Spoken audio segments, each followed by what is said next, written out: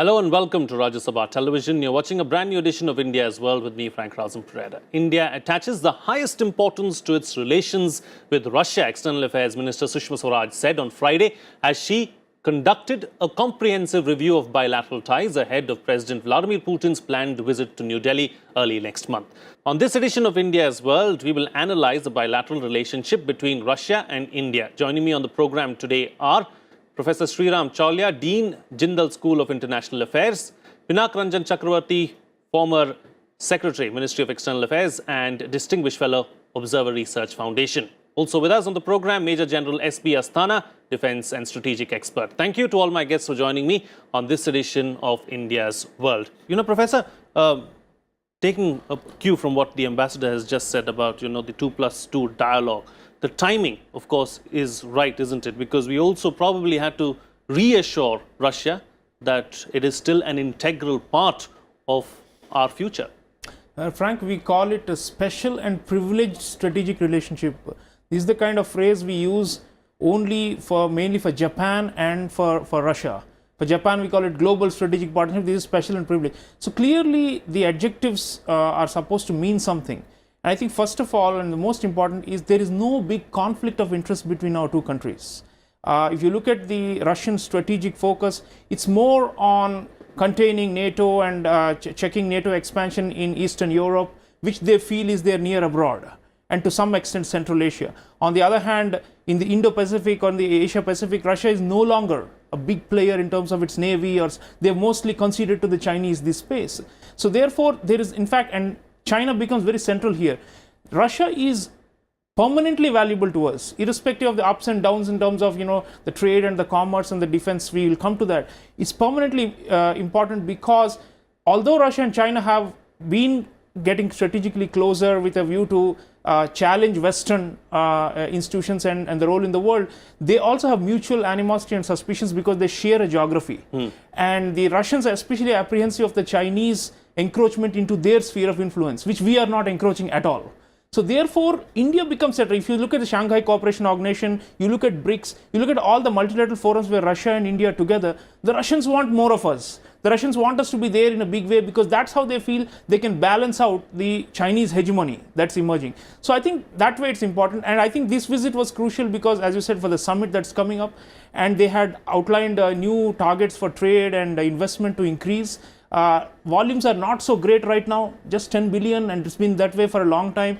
But there is a lot of interest on both sides because of this larger strategic importance to not let this drift, as Ambassador Pinak was saying, and to do something. For example, we have outlined diamonds, we've spoken about pharmaceuticals. There are ways by which we should be able to export more to Russia and increase it beyond 10 billion.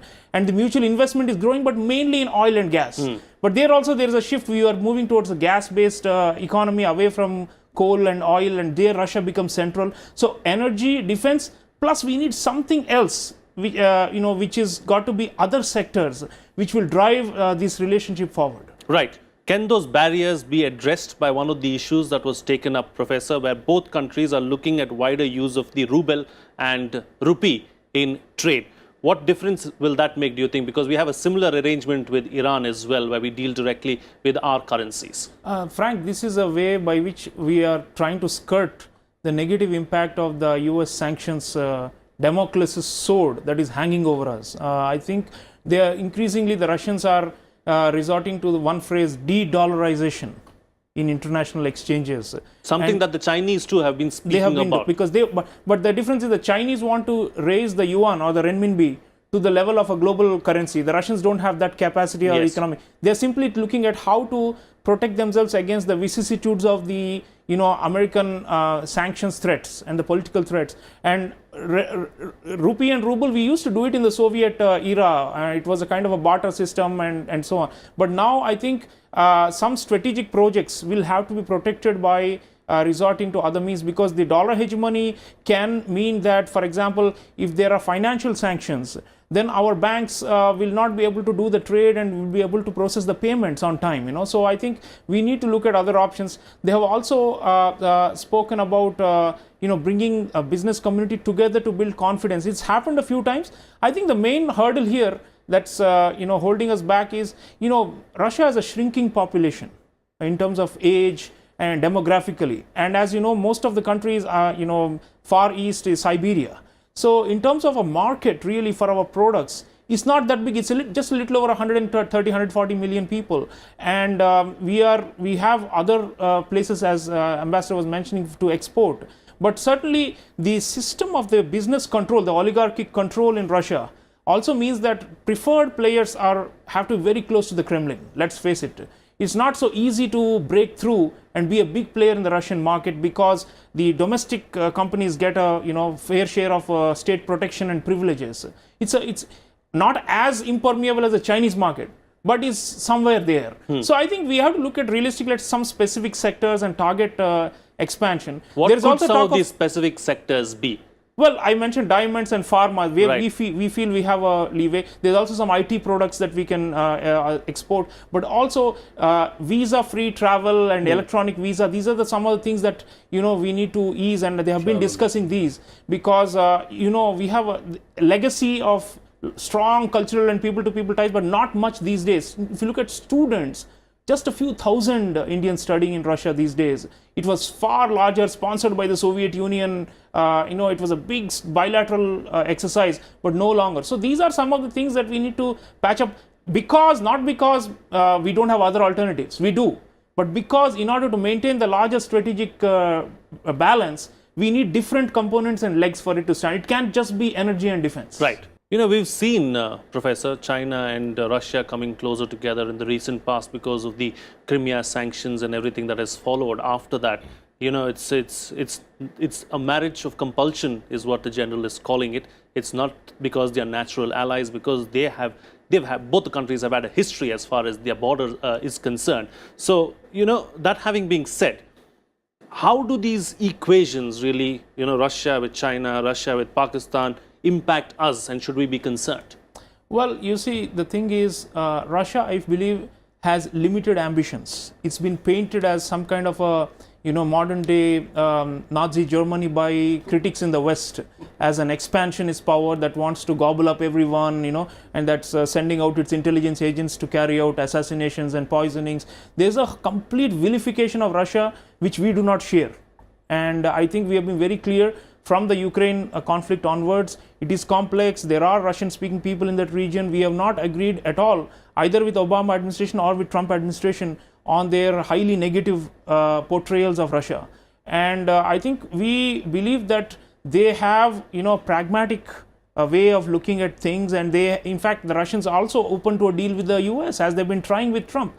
It's just that he's been so unpredictable. So if in the current... But he's also had domestic pressures, really, that's something that has been dogging him as well. So Trump, at the end of the day, may try to mend ways, but it is his own domestic pressures that are pulling him down. Yeah, there's a so-called deep state or a steady state that's holding him back, it seems, from rapprochement with Russia. But I think the Trump fact is very central here in all these, equations, because last couple of years, we are seeing, a degree of strategic drift in the relationship with India. Even though there's been 2+2, the sanctions and other kind of trade war pressures and the relative lack of a grand strategy in Asia Pacific or Indo Pacific by Trump administration means that we need to also hedge. That's why I think we did Wuhan with the Chinese, and that's why we are re-emphasizing the Russia relationship. Russia becomes very central to us, not only, as I said earlier, to be able to manage the Chinese juggernaut in this region, in Eurasia as a whole, but also in a way to show the Americans,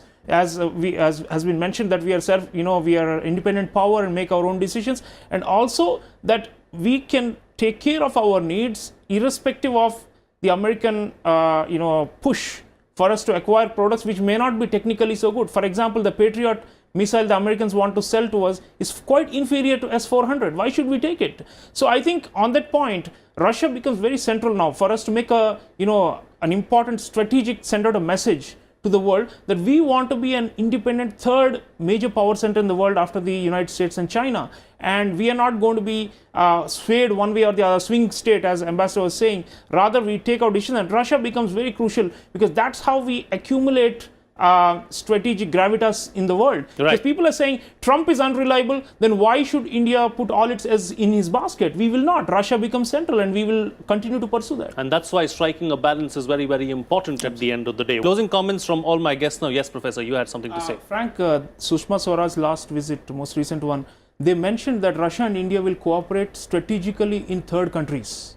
I think we should choose Afghanistan because of the history, because of our shared concerns about the worsening situation there security-wise. But but is that something that could upset the United States, because they've been asking India to play an integral part in Afghanistan as well? No, I don't think so. See, on this matter, the Russians have reached out to some factions of Taliban. They are trying to play a role behind the scenes in brokering peace negotiations. Nothing has really come of it.